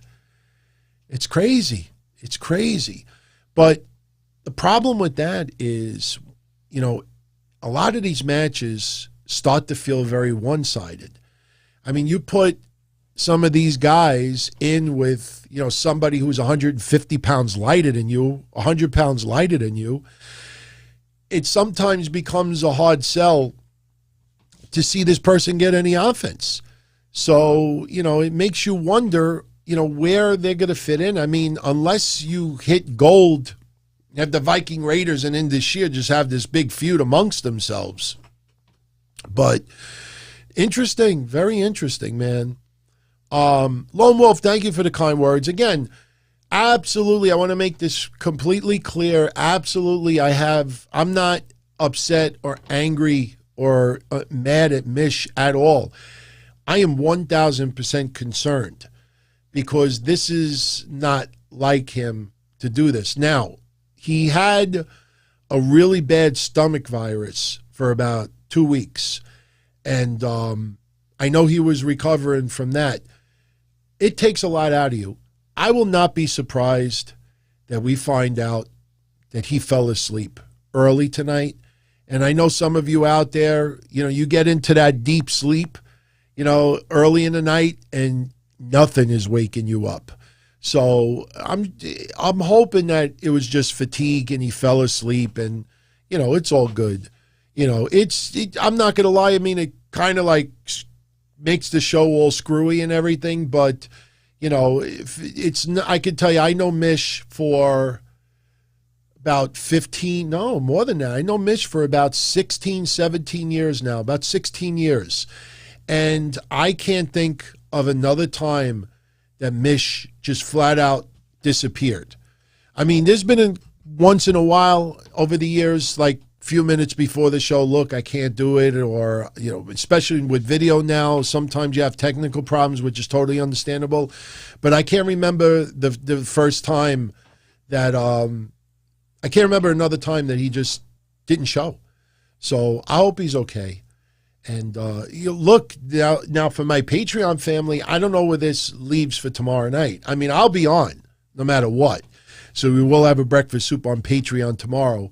It starts at 10:05, right after NXT. Now, this Wednesday is Blood and Guts for Dynamite. And they have a pretty decent card set up. I mean, some of the matches are but overall, I mean, Blood and Guts is obviously the 2/4, you know, it's going to take up a quarter of the show. And it's going to kick ass. I mean, the shit that they have planned that some people are talking about, it's going to be phenomenal. It's going to have a kind of a pay-per-view feel tomorrow. You got Moxley and Eddie Kingston teaming up, taking on Omega and Nakazawa. Yeah, we know how that's going to go. But SCU is probably going to win that 4-way tag team, and they'll be the ones challenging the Young Bucks next. And since rumor has it the SCU is definitely going to split as a team, and Daniels is closer to retirement, Young Bucks will probably be the ones to retire that tag team, and they wouldn't want it any other way. So that's where it kind of feels right now. Ken O'Neill says, I missed the surprise return. Tell me, Mr. O'Neill, what was the surprise return that I missed tonight? Something tells me you might have tuned in a little bit late. Am I missing another surprise return tonight that I'm not aware of? Ken, who are you talking about? I hope you're not talking about something that has a lot of red. So I'm just waiting for him to answer because, like I said, there's a little delay. But Wednesday, I'm going to focus mostly on AEW Dynamite. I know we're doing a Falls Count Anywhere match and a street fight, which to me feels like the same. We're having Isaiah Swerve Scott versus Leon Ruff, and even though they have been tearing the house down, you know, I don't know how, you know, much that's going to attract people. The Noid. Wait, the Noid? What are you talking about? Oh, you know what? I do have to talk about one thing tonight, but I don't know what he's talking about with the Noid. I got to just mention briefly. Oh, the Domino's mascot, the commercial. Oh, yeah, okay. I honestly, I wasn't paying attention in the commercials tonight. But yes, over the weekend, we saw a little bit of that. I remember, yeah, that was remember the controversy with Domino's Pizza? What was the controversy in the 90s that, there was a TV show or something where Domino's absolutely refused to let them cover that, be on their show. I can't remember what it was, but there was big controversy. And it used to be a TV show that I loved. Was it Beavis and Butthead? I think it was Beavis and Butthead. Domino's, yes, it was. I remember now. Beavis and Butthead, when they had that infamous episode where some kid decided to light his house on fire, I think it was. I don't even know if that story was legit. Domino's Pizza absolutely refused to have their advertising on MTV during that. I think that's what it was. But I want to mention briefly tonight the Alexa Bliss Lily segment. And, as I said before, these segments are all pre-recorded. Alexa Bliss, she's got to be loving this right now because you cut 3-4 promos in one day and they air, a couple of costume changes and they air every week. She only has to make an appearance like once, every other month. Well, at once a month, with the exception of pay-per-views. So she's in the back again. And for anybody that tuned in late, I didn't get any of the other screenshots yet, but there was more than one tonight.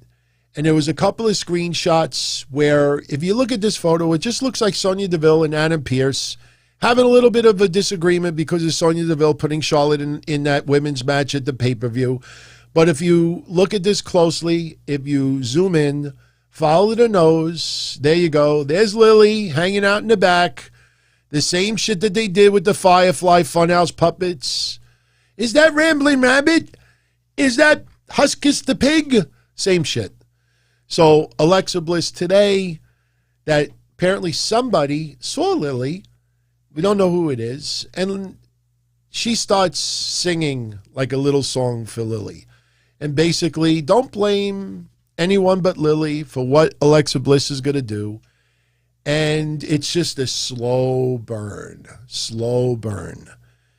And I don't mind Alexa Bliss doing this. I don't mind this Lily character because somebody eventually is going to burn Lily. Somebody is going to set Lily on fire. Might be Bray Wyatt, might be another female. Somebody is going to set Lily on fire. I hope we don't get the goofy stuff I said before, like Eric Rowan with the fucking spider, that Alexa Bliss puts Lily in the corner, and then, Goof taking on Alexis in the ring. The opponent gets curious and, just reluctantly walks around ringside to look at Lily up close. It's a fucking teddy bear, but you kind of feel that that's where they're going with this. I don't mind any of this stuff. But, oh yes, Alexis said Lily's favorite color was red, but it might be, blood. I don't think it has anything to do with Eva Marie. There was a lot of red tonight if you think about it. But I'll say this. The only problem I have with it is it makes no sense why Bray Wyatt is not on TV. It makes no sense. It makes zero sense. I mean, Bray Wyatt lost the match to Randy Orton with RKO. It's not like Bray Wyatt was laid out on a stretcher. He wasn't burned alive again. They did just think about this. They did the whole burning segment, and for week after week, you look back on it, it almost feels like Emelina. Like week after week after week, they're teasing the return of the Fiend, teasing the return of the Fiend. Alexa Bliss is sitting on the swing and the other swing is moving, teasing the Fiend, teasing it. Finally, we get the Fiend back and he points to the sign because monsters like to point at WrestleMania signs. I still don't understand why he had the microphone in his hand one night, but he makes his return and then he disappears again. Feels like Emelina. And with Evolution, I hope to God it isn't another Emelina either. You imagine if they hype Eva Marie in these vignettes for 15 weeks, like Emma, and then she shows up And then it's the transformation back to Eva. I don't know how to do the Emma dance. I haven't looked at Emma dancing in a long time. I would have to look at the dance and then, I'll do it. Maybe I'll do it for you Wednesday. So I don't mind the Alexa Bliss stuff.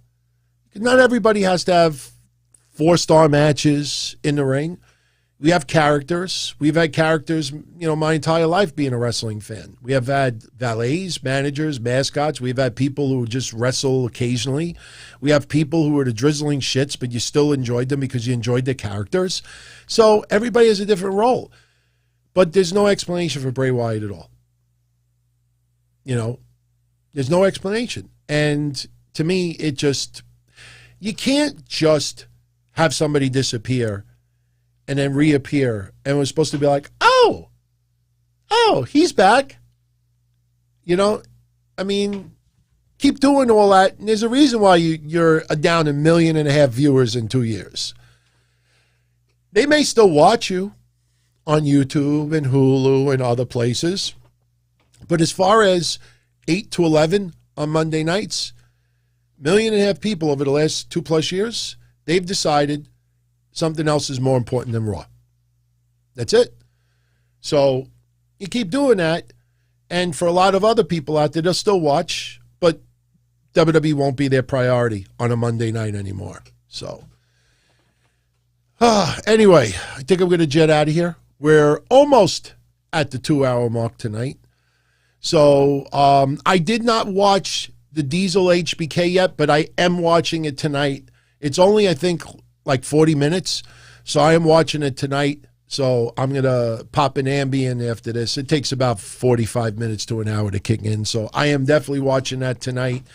And I will be here on Wednesday. Now, tomorrow night, like I said, I have a feeling Mitch just fell asleep.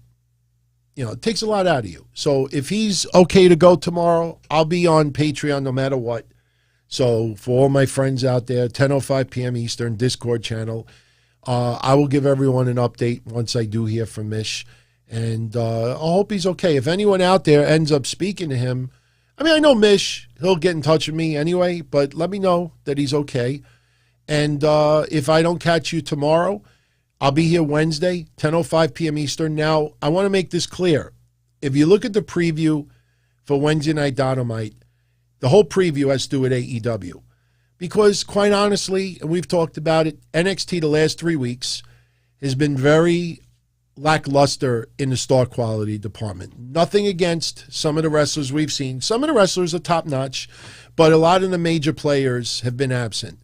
And like I said, I'll keep saying it, the two that WWE has done an absolute shit job over the last month is Karrion Kross and Xia Li.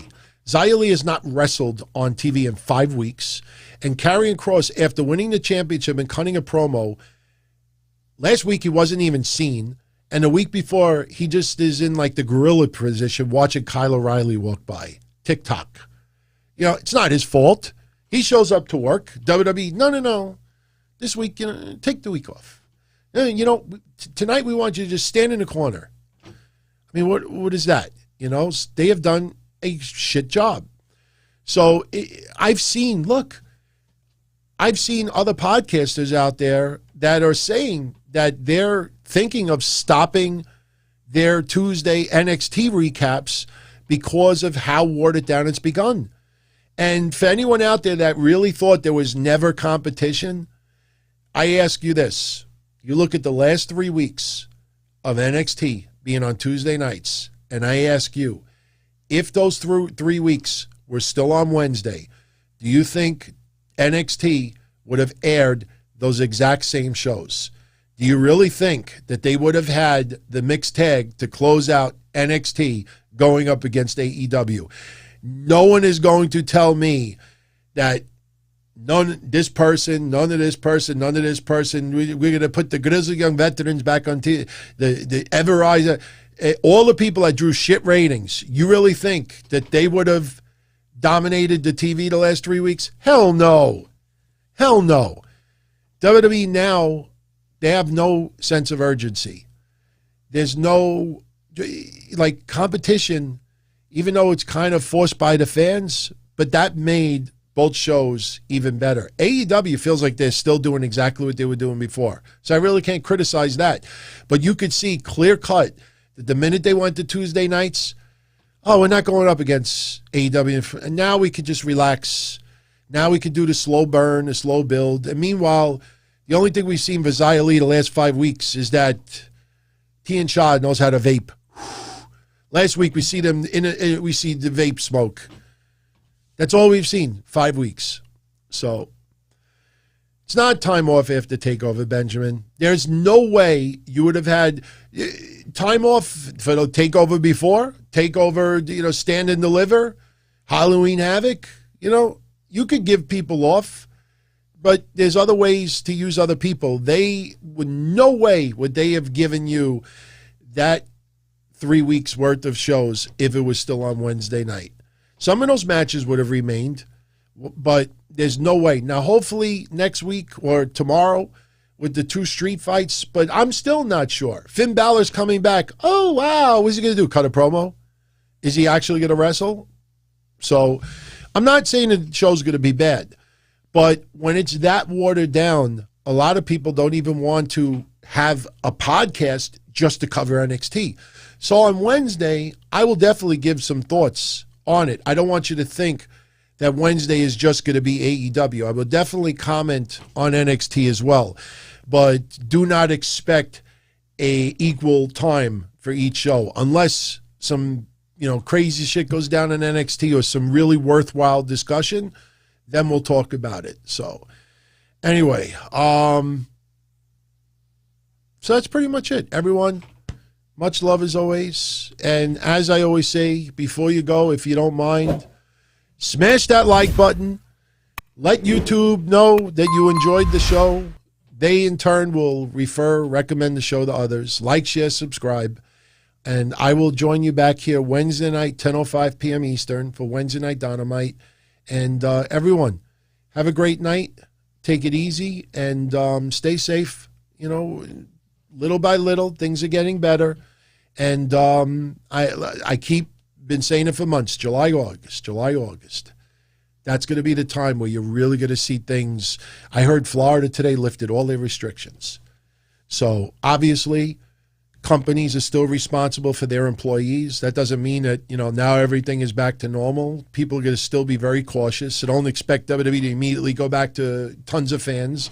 But July, August, remember that. I've been saying it since I think like September of last year. July, August. So everyone have a great night. Take care. Hopefully you enjoyed tonight's show under the circumstances. Like I said, I wasn't prepared to do a solo, but, I guess it's like riding a bike. You're doing it for this long. It's not that hard. I just don't want to disappoint you all. So I hope you enjoyed it. Much love as always. And I'll catch you all Wednesday night, 10:05 p.m. Eastern. So take care, everyone. Be well. Ciao. Night, everybody.